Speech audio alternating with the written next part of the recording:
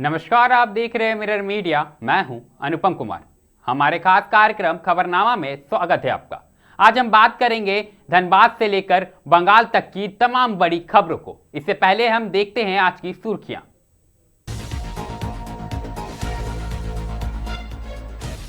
वेतन और सुरक्षा की मांग को लेकर धनबाद में सफाई कर्मियों का अनिश्चितकालीन हड़ताल। शहर की सफाई व्यवस्था हुई ठप।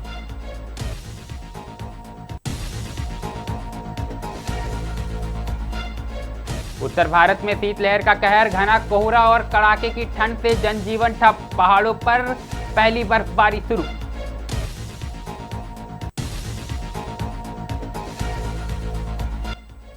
₹90 की लॉटरी ने बदली किस्मत। बर्धमान में चाय बेचने वाले दंपत्ति बने करोड़पति।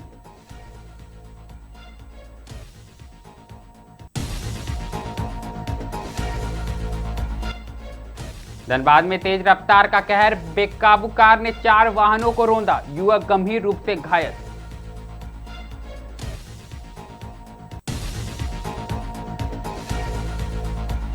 महिला उद्यमिता की मिसाल बनी हजारीबाग की निशा। खुशबूदार कैंडल से देश भर में बनाई पहचान।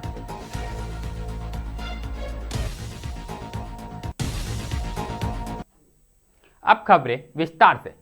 सबसे पहले बात हम धनबाद की करेंगे, जहां सोमवार से नगर निगम से जुड़े सफाई कर्मी अनिश्चितकालीन हड़ताल पर चले गए हैं। दरअसल सफाई कर्मियों ने निजी सफाई एजेंसी रेमकी पर गंभीर आरोप लगाते हुए न्यूनतम वेतन और सफाई के दौरान सुरक्षा की मांग उठाई है। कर्मियों का कहना है कि उन्हें तय मानकों के अनुरूप वेतन नहीं दिया जा रहा। उन्होंने मांग की है कि स्किल और नॉन स्किल श्रेणी के कर्मियों को सरकार द्वारा निर्धारित न्यूनतम मजदूरी का लाभ दिया जाए। सफाई कर्मियों ने यह भी आरोप लगाया है कि करीब 8 महीने पहले विकार बांध के पास हुए एक हादसे में सफाई कर्मी की मौत हो गई थी, लेकिन अब तक मृतक के परिजनों को किसी प्रकार का मुआवजा नहीं मिला। इस मुद्दे को लेकर कर्मियों में भारी आक्रोश देखा जा रहा। हड़ताल के कारण धनबाद शहर की सफाई व्यवस्था पूरी तरह से चरमरा गई है। जगह जगह कचरे के ढेर लग गए हैं, जिससे आम लोगों को भारी परेशानियों का सामना करना पड़ रहा। सफाई कर्मियों ने साफ कहा है कि जब तक उनकी सभी मांगे पूरी नहीं की जाती, तब तक उनका हड़ताल जारी रहेगा। अब सबकी निगाहें निगम और सफाई एजेंसी पर टिकी है। देखना होगा कि यह विवाद कब तक सुलझता है और शहर की सफाई व्यवस्था कब तक दुरुस्त हो पाती है।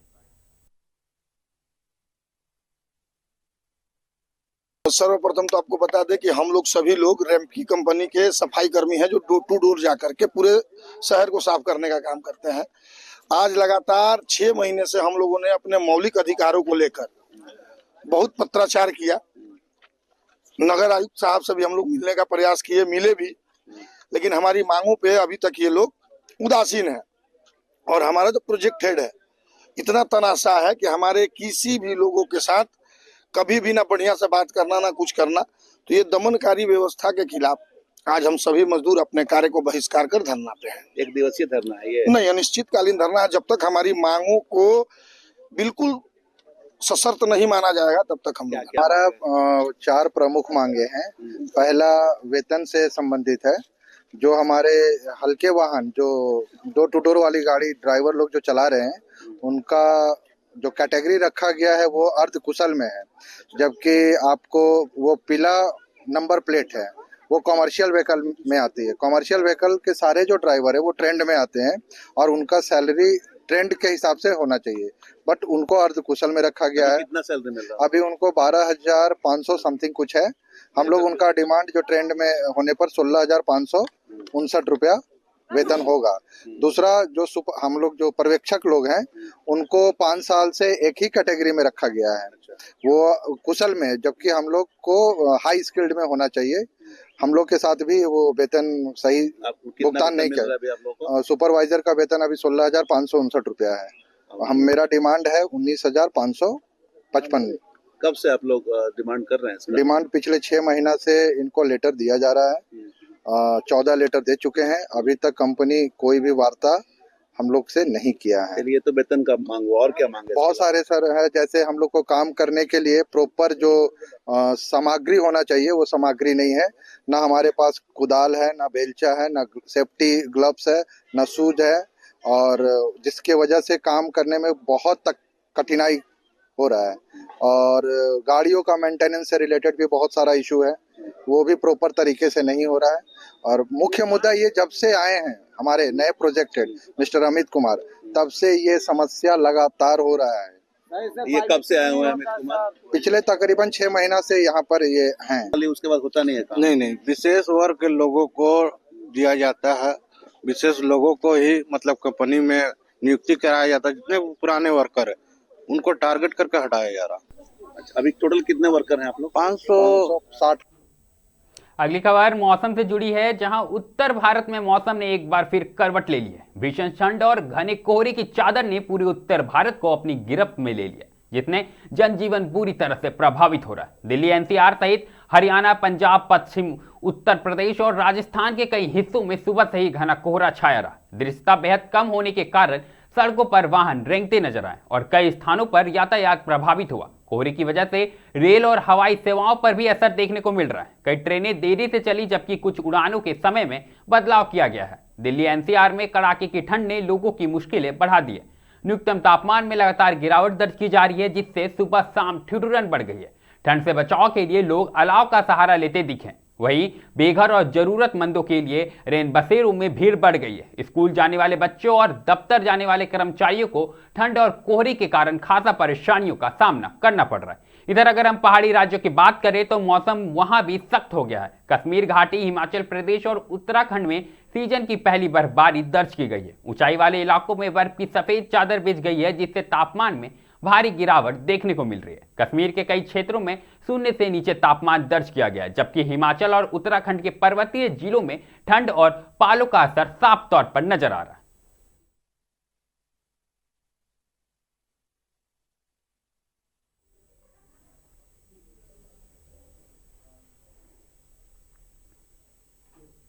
अब रुक करेंगे पश्चिम बंगाल का, जहां कहते हैं किस्मत और कैसे बदल जाए किसी को नहीं पता चलता। हम बात कर रहे हैं पूर्व बर्धमान जिले के उचलन इलाके में। यह कहावत सच होती साबित हो रही है, जहां एक साधारण चाय की दुकान चलाने वाली पति पत्नी महज 90 रुपए की लॉटरी टिकट से करोड़पति बन गए। दरअसल टूटे फूटे घर में रहकर जीवन यापन कर रहे तुलू मुंशी और उनकी पत्नी जॉली मुंशी ने शुक्रवार को 90 रुपए का एक लॉटरी टिकट खरीदा था। जब लॉटरी का परिणाम आया तो वह टिकट 1 करोड़ रुपए की इनामी साबित हुई। जीत की खबर फैलते ही इलाके में खुशी की लहर दौड़ गई और लोग दंपति को बधाइयां देने पहुंचने लगे। जानकारी के अनुसार जूली मुंशी और तुलू मुंशी कुछ वर्ष पहले रोजगार की तलाश में उड़ीसा से पूर्व बर्धमान आए थे। शुरुआत में दोनों ने राइस मिल में काम किया, लेकिन मिल बंद होने के बाद तुलू दूसरी राइस मिल में काम करने लगा। वहीं जॉली मुंशी ने परिवार चलाने के लिए उचलन में एक छोटी सी चाय की दुकान खोल दी। दंपति ने 2 बेटे हैं। बड़ा बेटा 10वीं कक्षा में पढ़ता है, जबकि छोटा बेटा पहली कक्षा का छात्र है। सीमित आमदनी और जंजर मकान में रहकर परिवार से मुश्किल से गुजारा हो रहा था। वहीं लॉटरी जीतने के बाद दंपति की किस्मत बदल चुकी है।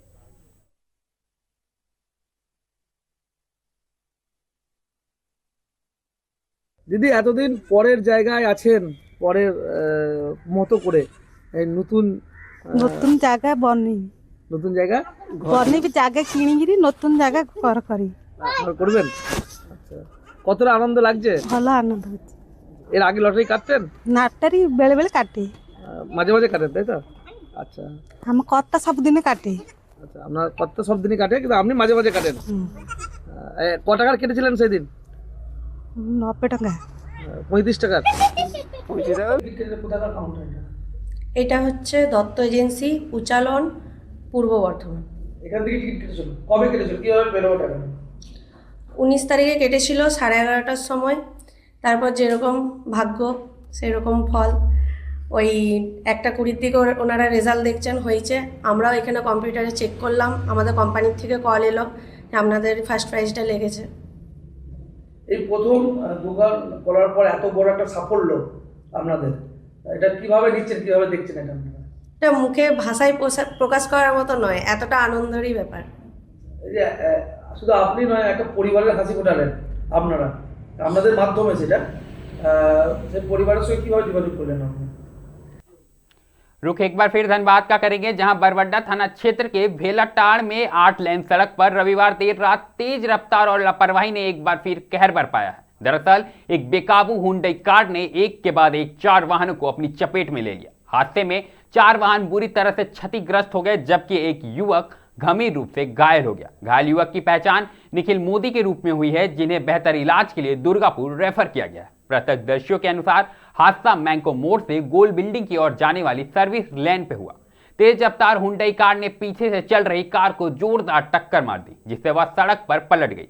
पलटी कार में सवार न्यू कार्मिक नगर निवासी 38 वर्षीय विकास कुमार, उनकी पत्नी प्रिया कुमारी और 12 वर्षीय बेटी यशी शर्मा और 3 वर्षीय दीक्षा शर्मा चमत्कारी रूप से बाल बाल बच गए। बताया गया कि परिवार श्री चैतन्य टेक्नो स्कूल में आयोजित वार्षिक महोत्सव कार्यक्रम में शामिल होकर लौट रहा था। स्थानीय लोगों का आरोप है कि कार चालक शराब के नशे में तेज रफ्तार से वाहन चला रहा था और रेस लगाने के दौरान यह हादसा हुआ। सूचना मिलते ही बरवड्डा पुलिस मौके पर पहुंची और तीनों वाहनों को जब्त कर लिया। पुलिस ने हुंडई कार से शराब भी बरामद की है। मामले की जांच शुरू कर दी गई है।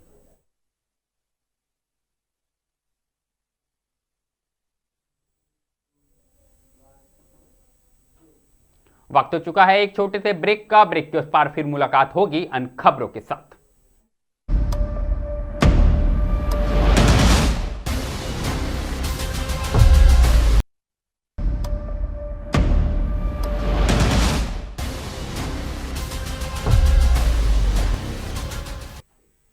ब्रेक के बाद आपका एक बार फिर खबरनामा में स्वागत है। रुक करेंगे हजारीबाग का, जहां से निकलकर बड़े सपनों को आकार देने वाली मेरू गांव की बेटी निशा कुमारी आज महिला उद्यमिता की एक प्रेरक मिसाल बन चुकी है। मेहनत, लगन और आत्मविश्वास के दम पर निशा ने डिजाइनर और खुशबूदार मोमबत्तियों के जरिए न सिर्फ अपनी अलग पहचान बनाई है, बल्कि उनका बनाया उत्पाद अब देश के कई महानगरों तक पहुंच रहा है। निशा कुमारी मेरू गांव में रहकर ही डिजाइनर कैंडल बनाने का काम कर रही है। उनकी मोमबत्तियों की खासियत यह है कि वह स्मोक फ्री होती है और जलने पर मनमोहक खुशबू बिखरती है। Teddy bear, bouquet candle, Diwali special, Holi special से लेकर अब क्रिसमस थीम पर आधारित आकर्षक मोमबत्तियां उनके कलेक्शन में शामिल हो गई हैं। हाथ से बनी अलग अलग डिजाइन की यह मोमबत्तियां हर किसी को आकर्षित कर रही है।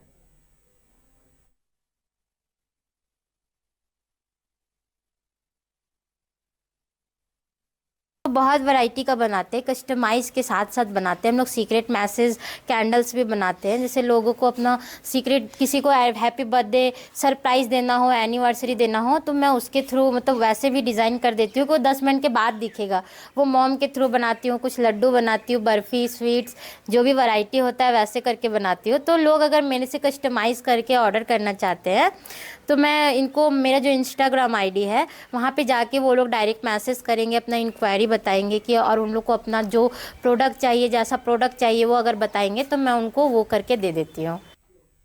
अगली खबर धनबाद से आई है, जहां कुमारडुबी स्थित KFS मैदान में 3 दिन तक चले सांसद खेल महोत्सव का खिताब कलियासोल फुटबॉल क्लब ने अपने नाम कर लिया है। फाइनल मुकाबले में कलियासोल ने गोगना फुटबॉल क्लब को रोमांचक ट्राई ब्रेकर में 6-5 से पराजित किया। दर्शकों से खचाखच भरे स्टेडियम में खेले गए निर्धारित समय में दोनों टीम गोल करने में नाकाम रही, जिसके बाद ट्राई ब्रेकर का सहारा लिया गया। बेहतर प्रदर्शन के लिए कलियासोल के सनी हाजदा को मैन ऑफ द मैच, जबकि वीरालाल बास्की को मैन ऑफ द सीरीज से सम्मानित किया गया। विजेता टीम कलियासोल को सांसद प्रतिनिधि प्रसाद बनर्जी और हरि कुमार ने विजेता ट्रॉफी प्रदान की। वहीं उप विजेता गोगना फुटबॉल क्लब को सांसद प्रतिनिधि विजय सिंह, जयप्रकाश सिंह और डब्लू बाउरी ने उप विजेता ट्रॉफी देकर सम्मानित किया। समारोह के दौरान उपस्थित प्रतिनिधियों ने युवाओं को खेलों से जोड़ने की प्रधानमंत्री नरेंद्र मोदी की सोच की सराहना की और सांसद ढुल्लू महतो के प्रयासों को महत्वपूर्ण बताया। उन्होंने कहा कि सांसद खेल महोत्सव का उद्देश्य धनबाद जिले के ग्रामीण क्षेत्रों के प्रतिभाशाली खिलाड़ियों को आगे बढ़ने और राष्ट्रीय स्तर पर खेलने का अवसर देना। इसी लक्ष्य के तहत विभिन्न खेलों का आयोजन किया जा रहा, ताकि हर क्षेत्र के खिलाड़ियों को सम्मान अवसर मिल सके। कार्यक्रम में निरसा विधानसभा क्षेत्र के भाजपा कार्यकर्ता बड़ी संख्या में मौजूद रहे। पहुंच सकते हैं, उनका जो खेल वो वहाँ तक वो लोग देख नहीं पाते हैं, उनको ये जगह दिया जाता है। एक जगह नहीं मिलता है, वो जगह देने की कोशिश कर रहे हैं हमारे प्रधानमंत्री जी और हमारे सांसद महोदय का ये जो खेल उत्सव है, इस मतलब ये से ये किया जा रहा है। क्या आपको लगता है कि जैसे कि हमारे झारखंड से धोनी ने नाम किया, दीपिका ने नाम किया है, सलीमा टेटे ने नाम किया, क्या इस तरह कोई प्रतिभा कोई उभर के सामने है? अच्छा, धोनी भी तो इसी छोटे से एक हमारे झारखंड से ही निकल के गए, इसी तरह इसी बच्चे के बीच में से से कोई हो सकता है फिर एक धोनी निकल के उभर के आए। इसीलिए तो ये प्रधानमंत्री जी ने अपना मतलब एक निर्णय लिए हैं कि ऐसे छोटे छोटे मतलब गांव से निकल के फिर एक धोनी हमारे झारखंड से जाए और खेले। स्टार्टअप इंडिया एग्रीकल्चर से लेकर खेल तक के मैदान में सभी जगह प्रधानमंत्री नरेंद्र भाई मोदी जी ने बढ़ाया है। तो आज ढुल्लू महतो जी इस कोल कैपिटल को, औद्योगिक नगरी को, इस्पात नगरी बोकारो को पूरे देश में युवाओं को मौका दिए हैं और इस खेल महोत्सव के माध्यम से, सांसद खेल महोत्सव के माध्यम से आज इस कोल कैपिटल के युवा अपने भाग्य को आगे बढ़ाने के लिए अपनी पेन से अपनी लकीर लिखने का काम कर रहे हैं कि आइए पूरे देश में हम भी अपने कोल कैपिटल औद्योगिक नगरी कुमारद्वीप धनबाद का नाम रोशन करने का काम करेंगे। आपके इस मीडिया के माध्यम से, आप सभी बंधुओं के माध्यम से, खिलाड़ियों को जो भिन्न भिन्न खेलों के माध्यम से आगे बढ़ रहे हैं उनको।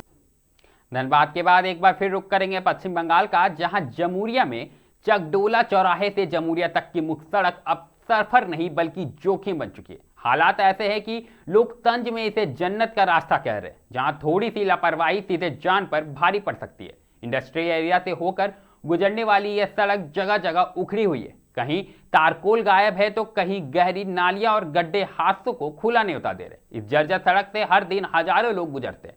स्कूल कॉलेज के छात्र, फैक्ट्री मजदूर, दफ्तर जाने वाले कर्मचारी और स्थानीय लोग मजबूरी में इसी रास्ते का इस्तेमाल कर रहे हैं। हैरानी की बात यह है कि इस सड़क से होकर स्थानीय विधायक, पुलिस और प्रशासन के वरिष्ठ अधिकारी भी अपने कार्यालय आते जाते हैं, फिर भी सड़क की बदहाली पर कोई ठोस कदम नहीं उठाई जा रही।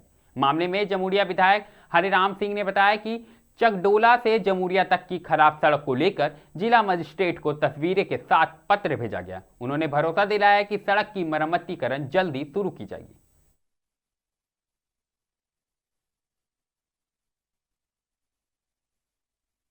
ওই রাস্তায় আর গাড়ি চলাচল করা যায় না। প্রতিদিন অ্যাক্সিডেন্ট হচ্ছে, মোটরসাইকেল অ্যাক্সিডেন্ট হচ্ছে, মানুষ বেরোতে পারছে না। এরকম একটা শিল্পাঞ্চলের রাস্তা, শিল্প থেকে কোটি কোটি টাকা নিয়ে যাচ্ছে আসানসোল কর্পোরেশন, তারপরে তার কোনো ব্যাপার নেই। রাজ্য সরকার উদাসীন এই রাস্তাকে মেরামত করার। আমরা এই রাস্তার দাবি করেছি, রাস্তাকে মেরামত করার দাবি করেছি। আমরা রাস্তায় আছি, পদযাত্রা করছি। कनेक्टेड तीन road, Chanda to Jamuria, Ranisar to Jamuria, Chakdola to Jamuria. 2 road already complete है। सीपीएम के ज़माने में भी वैसा रोड नहीं था जो हमने बनाया। चांदा रोड के लिए 9 करोड़ रुपया सेंक्शन कराए, रानीसर के लिए 7 करोड़ रुपया सेंक्शन कराए और रोड बना है। चाकदोला का जहाँ तक प्रश्न है, चाकदोला के लिए भी हमने डीएम को चिट्ठी लिखा है, उसका भी एस्टीमेट तैयार हो गया है। और हम लोग चाहते हैं, हमने यहाँ सभी बिजनेसमैन का डिमांड है कि इसको 4 लेन किया जाए। 4 लाइन होने से रास्ता में जाम नहीं होगा, कहें कि बड़ी बड़ी फैक्ट्रियाँ उस रास्ते में पड़ती है। तो ये भी प्रपोजल हम लोगों ने बना करके भेज रहे हैं। তার কারণে অনেকই অ্যাক্সিডেন্ট হচ্ছে। জায়গা জায়গাতে সবসময় পুরো জামুরিয়াতে প্রতিদিন কোনো না কোনো ওই এলাকার মধ্যে কোনো না ছোট থেকে বড় দুর্ঘটনা ঘটছে। তার কারণ ওইখানকার রোডের পরিস্থিতি, ওইখানকার পার্কিংয়ের পরিস্থিতি, এই টোটালি অবস্থা খারাপ করে রেখেছে। প্রশাসন তো শুধু তোলাবাজিতে ব্যস্ত। প্রশাসন বলে তো নয়, কেন কি ওনার বড় মালকিনকে পাঠাতে হবে।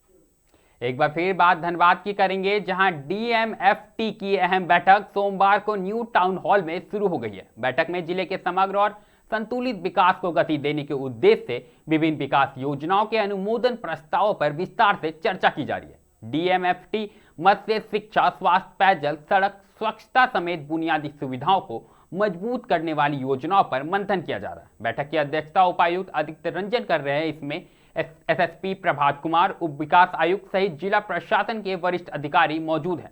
वहीं टुंडी विधायक मथुरा प्रसाद महतो और बागमारा विधायक शत्रुघ्न महतो समेत तमाम विधायक भी अपने अपने क्षेत्रों से जुड़े विकास प्रस्तावों को लेकर यहां पर मौजूद है।